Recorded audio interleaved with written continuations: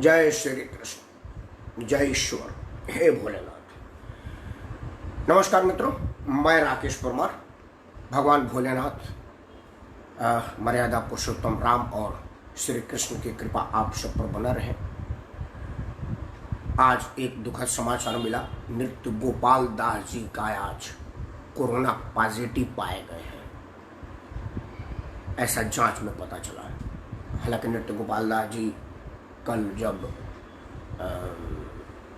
कृष्ण जन्मभूमि पर पूजा करवा रहे थे तो वो थोड़ा खांसते हुए नजर आ रहे थे, दिख रहे थे, क्योंकि वो मैं लाइव वीडियो देख रहा था। और सबसे बड़ा चिंता का विषय है कि जो उनके साथ लोग थे उनमें से कोई भी कोरोना जैसे महामारी के बचाव का उपाय, एक सिंपल मास्क भी नहीं लगाया हुआ था। इस स्थिति में जबकि नृत्य गोपाल दास जी ज़्यादा उम्र के हैं, ऐसे उम्रदराज लोगों को वैसे ही सार्वजनिक जगहों पर सरकार के द्वारा प्रतिबंधित किया गया है। वो खैर भगवान के भक्त हैं और पूजा पाठ वाले आदमी हैं, उनको कुछ नहीं होगा, लेकिन फिर भी इतनी बड़ी लापरवाही क्यों हुई। उसमें से 3 लोग बिना मास्क के थे। एक तो उनके बाजू में ही खड़ा था जो भगवान के अभिषेक के लिए वो पवित्र दूध जो उनसे छुआ रहा था बार बार वो पूजा करवाने के लिए, उसने मास्क नहीं लगा रखा था, वो उसके संपर्क में भी था। मैं देखता था कि हल्का खांसते हुए नजर आ रहे थे नृत्य गोपाल दास जी। भगवान कृष्ण के भक्त हैं, राम जी के पुजारी हैं, उनको कुछ नहीं होगा। जहाँ पर कृपा राम के हो ता पर कृपा करे सब कोई, तो वो तो खैर उनके अपने ही हैं, उनको तो खैर भगवान कृष्ण और मर्यादा पुरुषोत्तम भगवान राम की छत्र छाया है। लेकिन फिर भी इस तरह की लापरवाही ऐसे बड़े संत के साथ उचित नहीं होगा। माननीय योगी जी ने तत्परता दिखाया है और उनको मथुरा से मेदांता में भिजवाया है, वो ठीक ही होंगे। बाकी चिकित्सकों का काम है, हम उनके लिए दुआ करें, उनके लिए प्रार्थना करें। हे ईश्वर, नृत्य गोपाल दास जी को तुरंत स्वस्थ करें, क्योंकि एक भव्य और दिव्य मंदिर निर्माण उन्हीं के देख रेख में होने वाला है, उन्हीं के नेतृत्व में होने वाला है। भगवान राम का काम है, उसमें विघ्न नहीं आनी चाहिए, ये बिल्कुल नहीं होना चाहिए। आप उन पर कृपा बनाए रखें। बच्चा बाबू को नमस्कार। कैसे बच्चा बाबू, ठीक है आप? आज हेडिंग बड़ा दुखद है। मैं उसको दोगला लिख रहा था, लेकिन चूंकि दोगला पार्लियामेंट्री लैंग्वेज है और मुझ जैसा आदमी के कई लोग निजी फ़ोन करके बोलने लगते, यार राकेश तुमसे ऐसी उम्मीद नहीं थी। कई लोग कहते यार परमार भाई क्या बोल रहे हो यार, मतलब कई लोग ऐसे कहने लगते हैं। तो मैं थोड़ा सा संस्कारी लोग हैं, छेप जाते हैं। तो हमने दोगला शब्द के जगह दोहरी मानसिकता लगा दिया। बट आप लोग समझिए कि मैंने दोगला ही लिखा है। बच्चा बाबू आपके लिए बता रहे हैं, मैंने लिखा दोगले लोग, लिखना वही था। आप थोड़ा लिखना ज़्यादा समझने के बाद समझिए मैंने दोगला ही लिखा है। मैं कहाँ दोगलपन किया हूँ वो आपको समझना पड़ेगा। मैं सिलसिलेवार बात आपको कहता हूँ। मित्रों, हमारे देश में जब कभी कोई तोड़ फोड़ कोई चीज़ होती है, चाहे वो कोई करे, तो तुरंत हम लोग करते क्या है कि उसमें ना हम ये ढूंढने लगते हैं कि किसने किया, किससे हुआ, किस परिस्थिति में हुआ, ये सब देखने लगते हैं।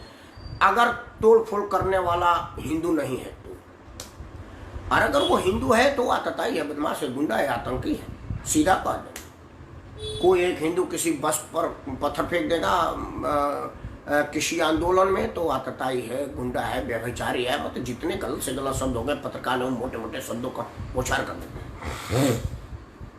लेकिन वही उनके आका लोग होते हैं तो कहा जाता है कि देखिए, एक आदमी के वजह से पूरे धर्म को खराब नहीं कहा जा सकता। एक आदमी खराब हुआ मतलब पूरा इस्लाम खराब नहीं है, धर्म बहुत बढ़िया है। मैं भी कह रहा हूँ कि पूरा इस्लाम खराब नहीं है, लेकिन आप भी तो कहिए कि पूरा हिंदू खराब नहीं है। अगर कोई एक हिंदू ने पत्थर फेंक दिया किसी बस के ऊपर तो वो लड़का बदमाश है जिसने फेंका है, आप ये नहीं कहते। फिर वो सारे हिंदू अत्याचारी हैं, फलाना है, वो उसमें तो आपकी बाप मर जाता है, माँ मर जाती है। आपको थोड़ी भी संस्कार, तमीज और समझ नहीं आती कि भाई एक लड़के ने बदमाशी किया है तो अब उसके लिए पूरा हिंदू धर्म को गाली देने लगे, ये कहाँ तक जायज है? आप वहाँ तो ये नहीं सोचते हैं, और जब आप पर आते हैं तो आप इसको करने लगते हैं। इस बात के लिए मैं आज कह रहा हूँ कि क्यों हमारे समाज में इस तरह की दोहरी मानसिकता वाले लोग अभी तक सांस ले रहे हैं और दोहरी मानसिकता वाले लोग यहाँ पर आ रहे हैं। अब मजे की बात है, बात बेंगलोर के उस दुर्घटना की करूँगा, हरदनपल्ली हरदनहल्ली का जो मामला है। वहाँ पर एक पहले से तैयार भीड़ ने हमला किया। बेंगलोर जैसे शांतिप्रिय, वहाँ पर कंप्यूटर के क्रांतिकारी इंजीनियर रहते हैं, वहाँ पर आतंकियों का क्या मतलब, लेकिन ये हुआ है। उसके ना आज कुछ समाचार आए हैं, कुछ नए तथ्य आए हैं जिसमें मैं आपको रखूँगा, आपको उसमें पता चल जाएगा कि दोहरी मानसिकता कौन लोग हैं, कैसे लोग हैं। सबसे पहले आपको पता होगा, एक आज से नहीं है, ये 1942 के पहले से है एक मीम भीम को, हालांकि उस वक्त भीम पर नहीं था, दलित मुस्लिम कोलैबोरेशन कहा जाता। वो तो अब नए लोग भीमराव साहब के नाम को बदनाम करने के लिए, उनको नाम को खराब करने के लिए, उनके नाम को हल्का करने के लिए हर मामले में भीम भीम भीम करने लगते हैं। भीमराव अम्बेडकर बड़ा बढ़िया नाम है, उन्होंने बड़े विषम परिस्थितियों में बड़ी ऊंची पढ़ाई, ऊंची शिक्षा हासिल की थी, इस बात के लिए उनको सादर नमन है। लेकिन वो सब लोग जो कोई भीमराव अम्बेडकर साहब को जानते ही नहीं है, वो उनका सहारा ले लेते हैं। बिल्कुल उसी तरह से जो इस्लाम को नहीं जानते वो इस्लाम की सहारा लेते हैं। जब कभी किसी की गर्दन हलाल करनी होती है, बोले ये इस्लाम में लिखा, हम तो खुदा का काम कर रहे हैं। उनको पता नहीं कि खुदा ने कहा क्या, क्योंकि खुदा से तो खुद उनको बेटा हुआ ही नहीं है। कुरान उन्होंने कभी पढ़ा ही नहीं, कुरान को छुआ होगा ये भी मुझे नहीं मालूम, क्योंकि अगर वो कुरान पढ़ लिए होते तो वो पढ़ लेते कि उसमें कोई गंदी, किसी भी धर्म किताब में कोई गंदी बात लिखी नहीं होती। गंदी मानसिकता हमारी होती है, हम आड़ ले लेते हैं अपने धर्म की किताब को। उसी तरह से कोई बदमाशी करनी होती है, देवी देवताओं का अपमान करना होता है, तो हम भीमराव साहब का नाम लेकर के उनको बदनाम कर देते हैं। सच्चाई ये है कि भीमराव साहब उतने ही वो थे जितना हम लोग हैं, और हमें उसके लिए उनके नाम की सहारा नहीं लेनी चाहिए। उनको अपमानित और जलील करने के हमको अधिकार नहीं है भीमराव साहब के लिए। ये बात मैं आपको बता रहा हूँ, पहले से ही है। जब जिन्ना साहब को देश तोड़ने का विचार है, हालांकि पहले जिन्ना देश नहीं तोड़ना चाहते थे, पहले जान लीजिए वो एक अलग मुद्दा हो जाएगा। लेकिन जब जिन्ना साहब को लगा कि देश तोड़ा जाए, तो उन्होंने मंडल साहब को पटाया। मंडल साहब को कहा कि देखो आप दलित के बहुत बड़े नेता हैं। तब भीमराव अम्बेडकर साहब उतने बड़े नेता नहीं थे दलित के, ये वो नहीं कि काट में भीमराव अम्बेडकर साहब को बढ़ाया गया था। ये दूसरा मामला चला जाएगा, मैं पहले उस मंडल की बात करूं। मंडल साहब पाकिस्तान के मांग में बंटवारा में वोटिंग किए, क्योंकि कई जगह वोट में प्रतिशत कम होने की वजह से मांग मानी नहीं जाती, तो मंडल साहब किए और पाकिस्तान बंटवारे में अपने दलितों को लेकर के पाकिस्तान गए। पाकिस्तान जो स्थापित हुआ, सब कुछ ठीक हो गया। उसके बाद सबसे पहले पाकिस्तानियों ने उन लोगों के ऊपर अत्याचार करना शुरू कर दिया। अत्याचार मतलब उनके बेटियों के साथ बलात्कार किया गया, चोरी, उनके धन को हड़पा गया, उनके साथ मार पिटाई की गई और उनको धर्म बदलने के लिए मजबूर किया गया। इतना मजबूर किया गया कि वो सबके सब लोग धर्म बदलने, या तो धर्म बदले या फिर अपनी जान दिए। दो ही चीज़, दो ही ऑप्शन था। मंडल साहब बड़ा पश्चाताप के साथ भाग करके पुनः अपने उसी देश में शरण लिए जिस देश को तोड़ने में सबसे पहली प्राथमिकता निभाया था। और ये हमारा भारत महान आज से नहीं है, वो तब से है सहनशील कि उस दोहरे आदमी कहिए, दोगले आदमी कहिए, वो आपके ऊपर है कि उस इंसान को, जो आदमी भारत को तोड़ करके पाकिस्तान बनवाया, उसी को शरण दिया और अंततः आराम से अपने जीवन जिए, कलप कलप के तड़प तड़प के मरे। क्योंकि वो जितनी दलित भाइयों का पाप उनके सर पे था, वो पाप कहाँ जाएगा, वो कहाँ जाएगा, वो तो भुगतना ही है ना भाई। तो वो सारे दलित भाइयों की पाप हुआ, बेचारा अस्पताल में रगड़ रगड़ के मौत को दुआ करते, बुला के अंत में सड़ करके मरे भारत में। वहां से मीम भीम को, आप उसके बाद नया आया मीम भीम कोलैबोरेशन, क्योंकि कई लोग जो दलित वर्ग से लोग थे वो देखते हैं भाई दलित वर्ग में तो मायावती का पैठ है उत्तर प्रदेश में, कोई आदमी उससे घुस ही नहीं सकता। तो वो सब अभी राम मंदिर के नाम पर कि लात मारो राम मत पेटी पर, हमें का मतलब फलाना गंदी संदी बोलते हैं और उसको मुसलमान कुछ चूलन छिड़क देते हैं और उसी चप्पल चाट करके वो सब एकदम खुश है। क्योंकि वहाँ इन मुसलमानों को चाहिए कि भाई दलित आवे तो कम से कम हिंदू टूटेगा। अब वहाँ क्या हो रहा है वो आपको बताऊंगा, आपको दोहरे और दोगले का फर्क आपको समझ में आ जाएगा।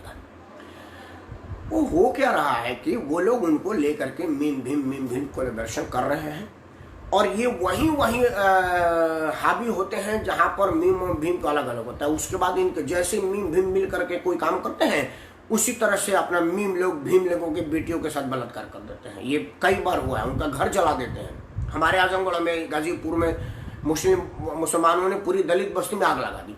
कोई भी वहां पर दलित का खासम खास दलित की राजनीति करने वाला नया नया लौंडे जो उगते हुए हैं मीम भीम करने वाले, उसमें से एक भी गाजीपुर नहीं गया, एक भी बयान किसी नेता की नहीं आई कि हम इसका निंदा भी करते हैं। इसी मीम भीम कोलैबोरेशन का नतीजा है कि बेंगलोर में जिस दलित विधायक के घर को फूंक दिया गया था, अभी तक एक भी दलित नेता के तरफ से कोई बयान नहीं आया। मजे की बात, चिंता करने वाली बात, शर्मिंदा होने वाली बात, घबराने वाली बात यह है कि जिस कांग्रेस पार्टी का वो विधायक है, उस कांग्रेस पार्टी के राष्ट्रीय अध्यक्ष आदरणीय सोनिया गांधी जी, पूर्व राष्ट्रीय अध्यक्ष माननीय श्री राहुल गांधी जी, आगे राष्ट्रीय अध्यक्ष बनने की लाइन में तेजी से अग्रसर बढ़ती श्रीमती प्रियंका गांधी वाड्रा जी, और उसके बाद हालांकि 1 से 1000 तक तो कांग्रेस में 3 लोग हैं, और बाकी के जो नाम नंबर है वो उसमें अहमद पटेल वगैरह लोग हैं। अहमद पटेल, सीताराम केसरी, सीताराम केसरी करो मैं अपने मोतीलाल वोरा साहब, पी चिदम्बरम साहब, इन लोगों में से कोई भी आदमी की हिम्मत, हैसियत, औकात नहीं हुई कि वो एक इसमें विरोध का ट्वीट कर दे। राहुल गांधी जी दुनिया के किसी कोने में बैठ करके रोज एक वीडियो जारी करते हैं नरेंद्र मोदी के विरुद्ध कि चीन के साथ ये करो, फलाना करो, धमाका करो। प्रियंका जी हर मामले पर ट्वीट करती हैं। सोनिया जी अमूमन ट्वीट बहुत कम करती हैं, लेकिन फिर भी उनकी तरफ से बयान आता है उनके लोगों के द्वारा से। पर राहुल प्रियंका तो हमेशा ट्विटर पर ही रहते हैं, वीडियो के साथ, आइडियो के साथ बोल करके, लिख करके। प्रियंका जी तो वीडियो भी बनाने लगते हैं, चश्मा पर बड़ा खूबसूरत लगते हैं और है भी बड़ा खूबसूरत। ईश्वर उनको खूबसूरती में 4 साल लगाए। वो राजीव गांधी की बेटी हैं। राजीव जी जब चश्मा पहनते थे तो लगता था दुनिया का कोई अंग्रेजी फिल्म से लेकर के हिंदी फिल्म का हीरो पानी मांगता था उनके सामने। उनके धूल में भी नहीं था, इतनी स्मार्टनेस उनकी थी। रेड का चश्मा लगाकर राजीव गांधी इतना सुंदर लगते थे।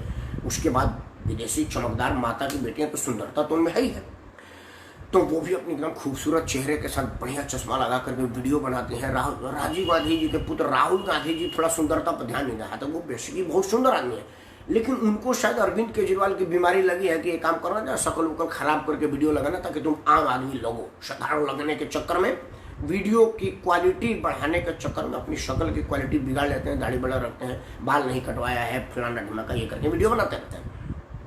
लेकिन अभी तक उन्होंने अपने विधायक के घर को फूंक देने पर एक भी विरोध का बयान नहीं दिया। इसी को असली माने में दोहरी मानसिकता करते हैं। आप दोगली कह सकते हैं, मैं नहीं कहूँगा, अन पार्लियामेंट है। और मैं कांग्रेस के अध्यक्ष के लिए, पूर्व अध्यक्ष के लिए और होने वाले अध्यक्ष के लिए दोगला शब्द का प्रयोग करो, ऐसी मैं हिमाकत नहीं कर सकता। मैं क्षमा चाहता हूँ। आप स्वतंत्र हैं, आप अपना कर सकते हैं। मैं इसको दोहरी मानसिकता कहूँगा और सोचूंगा कि ऐसी भी वोट बैंक की क्या मजबूरी है कि आपका अपना विधायक का घर फूंक दिया गया, तब जबकि वो दोषी भी नहीं है। अगर किसी फेसबुक पोस्ट को लाइक, शेयर, कमेंट किया गया तो उसका भतीजा ने किया है, वो नहीं किया है। और भारत के संविधान की दुहाई जो लोग अमूमन दंगाई लोग देते हैं कि ये संविधान खतरे में है, आतताई लोग देते हैं कि ये संविधान खतरे में है। संविधान को मैंने आकंठ पढ़ लिया हुआ, ऐसे तो मैं दावा नहीं कर सकता, लेकिन मैं ये जरूर थोड़ा बहुत ज्ञान रखता हूँ कानून के विद्यार्थी होने के नाते कि संविधान के किसी भी पढ़ने पर ये तो नहीं लिखा है कि अगर मेरा भतीजा कोई गलती कर दे तो मेरे घर को फूंक दिया जाए या मेरे को फांसी दे दिया जाए। ऐसा तो मैंने पढ़ा ही नहीं, मैंने सुना ही नहीं। ऐसा है क्या? शायद नहीं है। तो जो दोषी वो विधायक है ही नहीं है, उसका भतीजे ने अगर कोई गलती की है तो उसका घर फूंकने का क्या मतलब है? ये बात तो बतानी ही पड़ेगी। कम से कम यही एक बयान जारी कर देती सोनिया जी कि भाई वो विधायक तो दोषी भी नहीं था, यही कह देता, उनका वोट बैंक बच जाता। लेकिन देखिए, इसी को बोलते हैं मुस्लिम परस्ती, और किसी को नहीं बोलते। एक वो मुस्लिम परिस्थिति जबकि उनके नेतृत्व पर चलने वाला, उनके एडवाइस पर चलने वाला देश का हाईएस्ट सिविल अथॉरिटी प्रधानमंत्री का पोस्ट सुशोभित करने वाले परम आदरणीय श्री मनमोहन सिंह जी ने कहा था कि इस देश के रिसोर्सों पर सबसे पहला अधिकार अल्पसंख्यकों का है। एक वो था पराकाष्ठा, और एक ये है मुस्लिम परस्ती का पराकाष्ठा, हद से गुजर जाना, हद कि अपने ही विधायक के घर फूंक देने को भी हम वोट बैंक के चक्कर में बयान भी नहीं दे सकते कि ये गलत है। ये एक मजे की बात है। अब हम दोहरी कह रहे हैं, आप जो मर्जी कहें।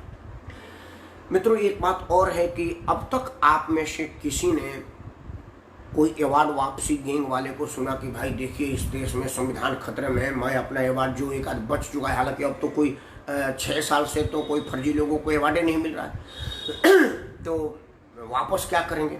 और जो था वो बेचारे इस लालच में कि दोबारा हमारी सरकार आएगी और दोबारा हम ले लेंगे, तो वापस अवार्ड कर चुके हैं, तो अब अवार्ड बची ही नहीं तो वापस करेंगे क्या। और अगर अवार्ड वापसी वाले कम से कम मुंह से तो कह देते कि देखिए एक अवार्ड मेरे पास मिली थी अपने जोड़ तोड़ और उससे वो मैं अपने चमचागिरी में दे चुका हूँ, लेकिन फिर भी अगर आज मेरे पास बची होती तो मैं फिर से वापस करता, क्योंकि एक चुने हुए जनप्रतिनिधि का घर फूंक देना तब जब वो दोषी भी नहीं है, ये बिल्कुल लोकतंत्र के लिए अशुभ है, देश के अमन चैन के लिए अशुभ है, देश के शांति के लिए अशुभ है, देश की अखंडता के लिए अशुभ है। ऐसा तो बोला जा सकता है, क्योंकि ये गलत भी नहीं है और इसमें कोई बुराई भी नहीं, जहाँ तक मैं समझ रहा हूँ। लेकिन हमारे देश के धर्मभिलुओं ने, हमारे देश के दोहरे लोगों ने, दोहरी सोच वाले लोगों ने ऐसा एक भी बयान नहीं दिया, कोई भी अवार्ड वापसी वाला नहीं किया। सबसे मजे की बात जो टीवी पर चो चो चो चो करते रहते हैं उन लोगों ने भी नहीं कहा। एक और चीज आजकल रहा है कि अमूमन अब क्या है ना कि टीवी पर से वो सब लोग अब निकाले जा चुके हैं या निकल गए, जो लोग एजेंडा की तरह से पत्रकारिता करते थे। अब कुछ खास चैनल आ गया, उसमें कितने लोग अकोमोडेट हो गए। महंगी के जमाना है, मंदी के जमाने में अब ऐसे भी आजकल कुछ है नहीं, सरकार है नहीं तो सरकार की तरफ से अनुमोदन अनुदान और ठेका मिल नहीं रहा है, तो वैसे भी पैसा नहीं है चैनल पर। तो अब वो लोग ना हमारे तरह से यूट्यूब और फेसबुक पर बोलते रहते हैं। उन लोगों ने भी कोई फेसबुक और यूट्यूब पर, मैं उन लोगों सब लोगों को फॉलो करता हूँ, क्योंकि उन लोगों से मुझे ये एनर्जी मिलती है। जैसे ही वो थोड़ा सा देशद्रोही बोलता है ना, तो मेरे अंदर एनर्जी आ जाती है कि भाई विरोध करना पड़ेगा, इन लोगों का विरोध करना चाहिए। उन लोगों ने भी अपने फेसबुक पर भी नहीं विरोध किया कि भाई ये उचित बात नहीं है, बेंगलोर में एक विधायक का घर फूंक दिया गया, तब जबकि वो दोषी भी नहीं है। इस तरह का भी बयान किसी ने देने की हिम्मत हैसियत नहीं की। तो मेरा कल का वीडियो है कि क्या हमारे देश के कुछ ऐसे लोग जो राजनीति में भी हैं, पत्रकारिता में भी हैं, समाज सेवा में भी हैं, क्या कुछ ऐसे लोग हैं जिन पर बाहरी दबाव काम करता है? क्या कुछ ऐसे लोग हैं जिन पर बाहर के लोग मॉनिटरिंग करते हैं?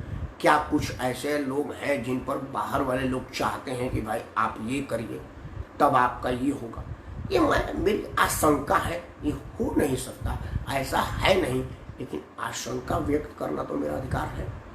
लोकतंत्र में मांग तो मैं कर सकता हूँ, क्योंकि आखिर क्या बात है, आप चैनल से भगा दिए जो है, मालूम है चैनल वालों ने आपको लतिया दिया, कई लोगों को धकिया दिया, कई लोगों को हमारे भोजपुरी में बोलते हैं कनपटिया लगा दिया, एकदम भगा दिया, वो ठीक बात है। लेकिन आपका फेसबुक, आपका यूट्यूब पर तो है, और आप यूट्यूब पर लोग बकवास करते ही रहते हैं, लेकिन आपने उस यूट्यूब पर भी बकवास करना उचित नहीं समझा, ट्वीट भी नहीं किया कि भाई ये गलत बात है, एक विधायक का घर फूंक दिया गया। इसको दोहरी मानसिकता और दोगली मानसिकता बोलते हैं। आप जो सोचे आप जो कहें। मित्र, एक चीज और बड़ा चिंता का विषय है, जब भी इस तरह का कोई कृत्य होता है तो उसमें टीवी पर एक नरेशन सेट करने का प्रयास किया जाता है चैनलों पर। जो मुस्लिम समाज के धर्मगुरु है, धर्मभीरू है, या जो जिनकी कुछ पहचान है, समाज में मांग है, उन लोगों के कुछ अच्छी बातें वीडियो दिखाई जाती हैं और ये कहे जाते हैं कि उन्मादी भीड़ ने इनका भी बात नहीं माना। आज भी एक वीडियो दिखाया जाता है, आदिल कान्नाथ भाई को नमस्कार। आज भी एक वीडियो चलाया जा रहा है कि वो हरदन हली को उस घटना में एक बहुत ही धार्मिक आदमी है, उनका बयान दे रहे कि ये नहीं होने, वो गिरफ्तार किया जा चुका है, फला है, अल्लाह करने वालों को बख्शा नहीं जाएगा, फलाना ढिमाका। लेकिन उसी के बगल में एक आदमी खड़ा है जो वहाँ का पार्षद है, जैसे यहाँ पर दिल्ली का चुना हुआ पार्षद था जो खुद ही फोन पर आग लगाने के लोगों को कह रहा था, वह उसी तरह से वहाँ भी एक पार्षद है, एक वो हारा हुआ विधायक भी है, जो वहाँ का एक कांग्रेस का पार्षद भी है, एक कांग्रेस का पार्षद का पति भी है जो भड़का दे रहा है, और वो जब शांति पाठ हो रही है वहाँ भी वो खड़ा है, और जब शांति पाठ समाप्त होते हैं तो अपनी दंगा भड़काई पाठ भी दे रहा है, वो भी वहाँ है। ये दोनों नरेशन सेट किया जाता है कि देखिए मुस्लिम समाज के लोगों ने बचाव का पक्ष किया, दंगा रोकने का प्रयास किया। ये किस तरह का दंगा रोकने का प्रयास, किस तरह का दूध आप मेरे को दे रहे हैं जिसमें तेजाब मिला हुआ है? मतलब आप मेरे को मारना चाहते हैं कि दूध पिलाना चाहते हैं? क्योंकि उस बोतल में, गिलास में मेरे को दूध दे रहे हैं जिसमें तेजाब भी है। या ये कहिए कि दूध में गिलास में कांटा रखा हुआ है, ऊपर से जो पीजिए और अपने आँख में छोड़, मान लीजिए दूध का गिलास, उसमें कांटे रखे हुए हैं जो फॉक करते हैं, वो रखा हुआ पियो है। अब ऐसे पीऊँगा आँख छेदा जाएगा। मतलब आप फोड़ना चाहते हैं मेरा?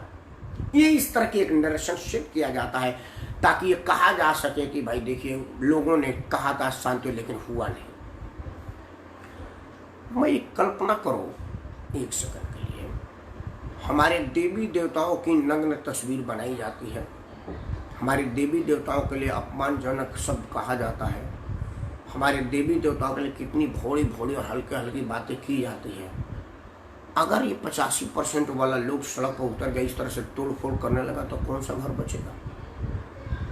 मतलब क्या कुछ खास लोग हमारे लोगों को समझा रहे हैं कि आप तुम लोग नपुंसक लोगों को देखो, हमारे अल्लाह के शान में गुस्ताखी की, हमने थाना फूंक दी, और तुम साले तुम्हारे लोग कुछ नहीं कर रहे हो। तुम्हारे सीता माता और गीता माता को हम इतना अपमानजनक शब्द कह रहे हैं, तुम्हारे शंकर जी को, श्री कृष्ण जी को लिए हम इतनी इतनी बातें कह रहे हैं। क्या ये लोग भड़का रहे हैं, हमारे मानसिकता को जगा रहे हैं कि भाई तुम लोग भी जागो, तुम भी कुछ करो? तो कोई शक्ति ऐसी है क्या जो हमारे देश को छिन्न भिन्न करना चाहती है? ये एक बड़ा जटिल और बड़ा प्रश्न है जिस पर हम सब लोगों को विचार करना पड़ेगा, शांति पर बैठ करके, शांति चेतना से। और एक हाथ जोड़ के मांग, अगर आप सहमत हैं तो इस वीडियो को लाइक और शेयर जरूर करें, जरूर करें और जरूर करें। मांग ये है कि दंगा रोकने का एक आसान तरीका आपको बता रहा हूँ। देखिए, दंगाई कहीं एक स्पॉट पर है, पैराशूट से नहीं आते, वो कहीं ना कहीं से आते हैं।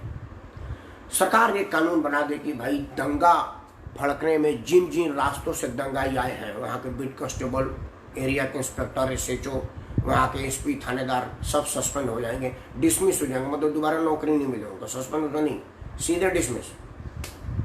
आप एक बार ये कानून बना दीजिए कि भाई जिस इलाके में दंगा हुआ है, वो जहाँ से उस रास्ते से दंगाई गुजरे, वहाँ का बीट कांस्टेबल, SHO, थानेदार, SP, DSP, ये सब के सब डिसमिस हो जाएंगे। मतलब वीडियो में आ गया ना कि हरदंग हल्ली में दंगा हुआ है, तो वो जो सब डिवीजन जिसका पड़ता पुलिस वालों को एकदम बर्खास्त। कसम है परवरदिगार की, कसम है मर्यादा पुरुषोत्तम की, गारंटी के साथ कह सकता हूँ कि दंगाई छोड़िए, कोई खास नहीं सकता तेज में जी, क्योंकि पुलिस वाले पिछवाड़ा सेक देंगे, क्योंकि जैसे उनको अपने नौकरी पर खतरा लगेगा। और ये सिंपल चेंज संविधान में किया जा सकता है। आपने अपने बहुमत के जोड़ पर अनुसूचित जाति जनजाति आयोग के कलाओं को और ज़्यादा मजबूत करने के लिए किया नहीं कि भाई कोई स्वर्ण समाज वाला आदमी मुंडी ऐसे करके बात करे, फटकेस लगा दो और सीधे ऐसे झुक करके बात करे। आपने किया ना, हमारे गर्दन को ऐसे तोड़ दिया ना, कहाँ किसी ने कुछ बोला? तो एक बढ़िया काम के लिए लगा दीजिए, क्योंकि इसमें तो हिंदू, मुस्लिम, सिख, ईसाई सारे मारे जा रहे हैं। क्योंकि जब दंगा होता है तो कई बार उसमें मुसलमान भी तो मरता है। कई बार वो मुसलमान, दिल्ली वाले दंगे में एक मुसलमान बेचारा अपने हाथ से बम फोड़ रहा, फेंक रहा था, तब तक हाथ उसके बम उसका हाथ में फट गया, उसका हाथ गल खत्म हो गया, तो नुकसान उसका भी तो हुआ ना। तो अगर इस तरह के कोई काम कर दिया जाएगा तो हिंदू, मुस्लिम, सिख, ईसाई सबके लिए होगा, तो ये तो पूरा राष्ट्र के लिए है। तो आप एक कानून पारित कर दीजिए आज के बाद की, जो दंगा जहाँ से जिस इलाके में भड़का है वहाँ का पुलिस प्रशासन डिसमिस। तब ये पुलिस वालों को गिड़गिड़ाने नहीं पड़ेगी। देखिए सर, चारों तरफ से हम घेरे जा चुके हैं, ये सब वो बिल्कुल दिल्ली की तरफ से घेर कर हम सबको मारने का प्लान है। सर जल्दी से कुछ आज्ञा दीजिए, अगर गोली चलाने का परमिशन नहीं देंगे तो हम सबके सब मारे जाएंगे। सर क्या करें? कमिश्नर बेगम का देखो मार दे भाई, क्योंकि वही कमिश्नर है वहाँ का जिसने वो बलात्कारी बच्ची का तुरंत 1 महीने में इलाज कर दिया था। पूरे दुनिया में इसका हाहाकार मचा कि क्या हुआ, मैंने कहा था बिल्कुल बढ़िया हुआ। तो वही कमिश्नर उनका मार भाई जल्दी से, तब जाकर वहाँ से दंगाई हटे। मेरा ये कहना है कि इस तरह का काम करना ही पड़ेगा। See at the site, see at site अगर नहीं होगा, shoot at site, shoot at site,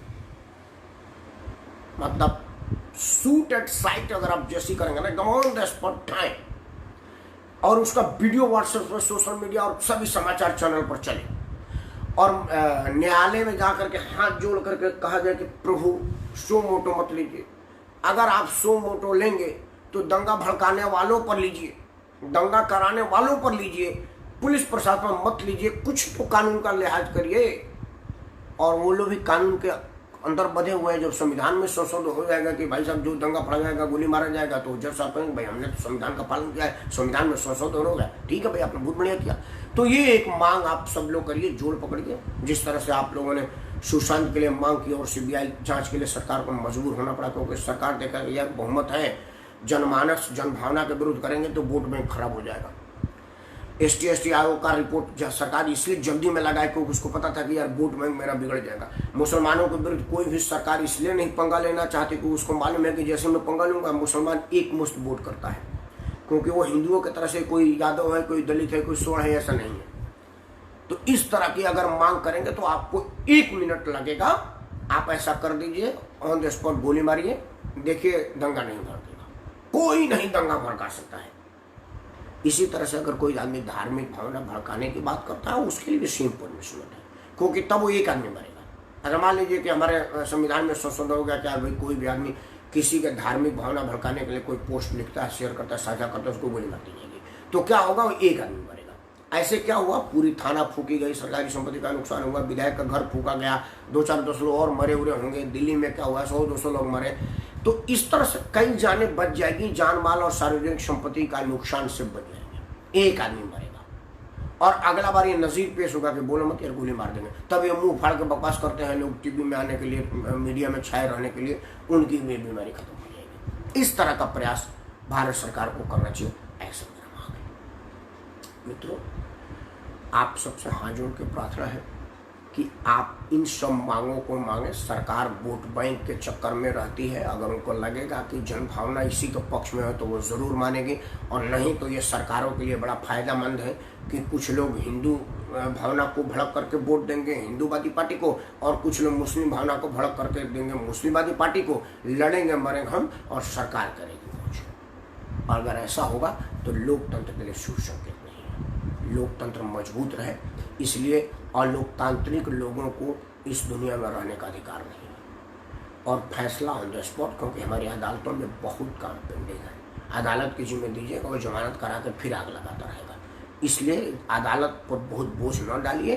police वालों के बंदूकों में जंग लग जाता है, उसमें भी कुछ कार्बन का आदान प्रदान हो, उनकी नाली साफ होती रहेगी, तभी जा करके इस देश का कल्याण होगा। और अगर ऐसा नहीं हुआ तो आप देख रहे हैं कि आतंकी दंगाई देश के किसी भी कोने में कहीं भी दंगा करने में सक्षम है, और हमारी सरकार नपुंसक है। मैं दोबारा से एक बार कह दूँ, अगर किसी को भड़काऊ लगे तो अपने यहाँ लगे। दंगाई देश के किसी भी कोने में सक्षम है और हमारी सरकार नपुंसक है। पुलिस की बात मैं नहीं करूँ, मेरे पुलिस बिल्कुल सक्षम है, पुलिस नपुंसक नहीं है, पुलिस वीर है, पुलिस जवान है, बट उसकी हाथ पकड़ी गई है, उसकी हाथ बांधी गई है, उसका आँख पर पट्टी बांधा गया, हाथ में पैकड़ लगाया गया है, कहा गया कि तुम मूक दर्शक बने रहो, नहीं तो तुमको सस्पेंड कर देंगे। अगर कोई पुलिस वाला एक्शन ले लेता है तो वो सस्पेंड हो जाता है। इसीलिए नपुंसक पुलिस नहीं है, नपुंसक सरकार है। और सरकार नपुंसक इसलिए है क्योंकि उसे वोट चाहिए, आपके बोटी बोटी चला जाए उससे कोई फर्क नहीं पड़ता। तो जनहित का यह मामला है कि आप सरकारों पर दबाव बनाइए कि दंगा गोली मारने का संविधान बनाओ, और जो जान माल का नुकसान है वो भरपाई की तो मुद्दा नहीं आएगा, क्योंकि जिन लोगों ने सरकारी संपत्ति जलाया है वो खुद ही घर द्वार नहीं होता उन लोगों का, क्योंकि वो सब भाड़े पाए हुए होते हैं। उनको वीडियो में आप देख भी लेंगे, क्योंकि असली आदमी जो दंगा भड़काया है वो तो अपने घर के एसी में बैठ करके वीडियो को देख रहा है।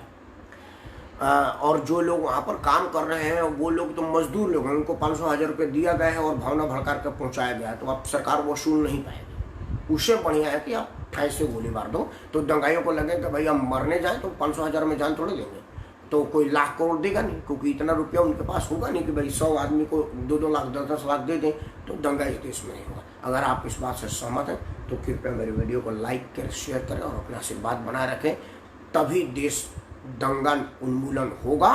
नहीं तो कभी दिल्ली में, कभी द्वारका में, कभी बेंगलोर में, कभी बंगाल में दंगा एक ऐसी बुरी चीज़ में जिसमें निर्दोष मारा जाता है। आदमी काम पर जा रहा है, उसे पता नहीं बम फट गया, आदमी काम से आ रहा है, पता नहीं एक उग्र भीड़ आकर के आपको मार दी। आदमी किसी से झगड़ा करके मारता है तो लगता है यार हम आपने समय लड़ाई में मरे, लेकिन आप कुछ नहीं कर रहे, आप अपने घर से निकले हैं और जान गंवा बैठे, इससे बड़ा दुख है कुछ नहीं हो सकता। अगर आप मेरे बात से सहमत हैं तो कृपया अपना स्नेह और आशीर्वाद बनाए रखें। बाकी मर्यादा पुरुषोत्तम भगवान श्री राम और श्री कृष्ण आप पर अपनी कृपा बनाए रखें। कृष्ण के जन्म का महीना चल रहा है। जय श्री कृष्ण, जय श्री कृष्ण, जय श्री कृष्ण।